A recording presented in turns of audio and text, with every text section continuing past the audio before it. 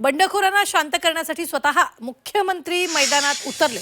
राज्यातील प्रमुख शहरातील बंडखोरांशी मुख्यमंत्री देवेंद्र फडणवीसांकडून संपर्क करण्यात आलाय। निवडणुकीत माघार घेण्याबाबत मुख्यमंत्री अनेक अपक्षांसोबत संवाद साधतायत। बंडखोरी शमवण्यासाठी मुख्यमंत्र्यांकडून बंडखोरांना राजकीय पुनर्वसनाचा शब्द देण्यात आलाय, तर काही बंडखोरांना शांत करण्याची जबाबदारी स्थानिक नेत्यांवर सोपवण्यात आली।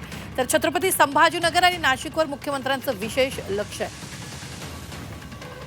याच संदर्भात ताजे अपडेट देत आहेत आपले प्रतिनिधी ओम देशमुख। ओम, छत्रपती संभाजीनगर असो, नाशिक असो, नाराज इच्छुकांची सध्या जो त्यांनी राडा घातला तो आपण सगळ्यांनीच पाहिलेला आहे। मात्र या सगळ्यांवर आता मुख्यमंत्र्यांचं विशेष लक्ष गेलेलं आहे। या बंडखोरांना शमवण्यासाठी आता मुख्यमंत्री मैदानात उतरलेले आहेत, नेमकं काय?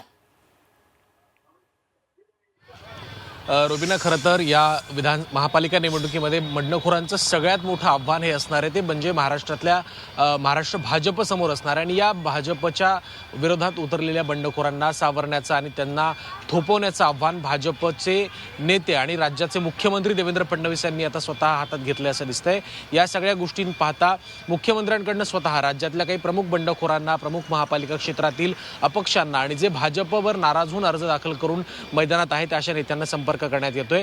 मुख्यत्वे जर आपण पाहायला गेलं तर छत्रपती संभाजीनगर आणि नाशिकमध्ये जो अत्यंत लाजिरवाणा प्रकार भाजपच्या बाबतीत घडला, नेत्यांचा पाठलाग कार्यकर्त्यांना करावा लागला, गेट तोडून आतमध्ये जावं लागलं, एमफॉर्म हिसकावे लागलेत, या सगळ्या गोष्टींची दखल स्वतः मुख्यमंत्र्यांनी घेतली आहे।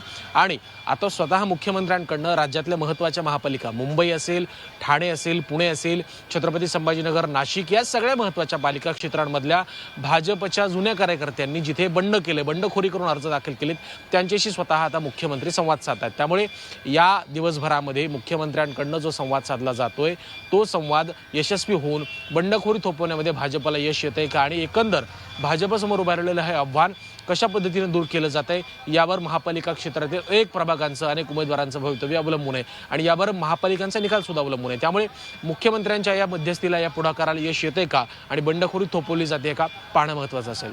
निश्चित ओम, धन्यवाद ताजे अपडेट देण्यासाठी। आम्ही वेळोवेळी तुमच्याकडून या संदर्भातले ताजे अपडेट घेत राहणार। तुर्तास आपण पाहतो आता या सगळ्यामध्ये मुख्यमंत्र्यांना यश येतं का हे पाहणं महत्त्वाचं। याचे प्रत्येक अपडेट झी 24 तास तुमच्यापर्यंत वेळोवेळी पोहोचवणार आहे।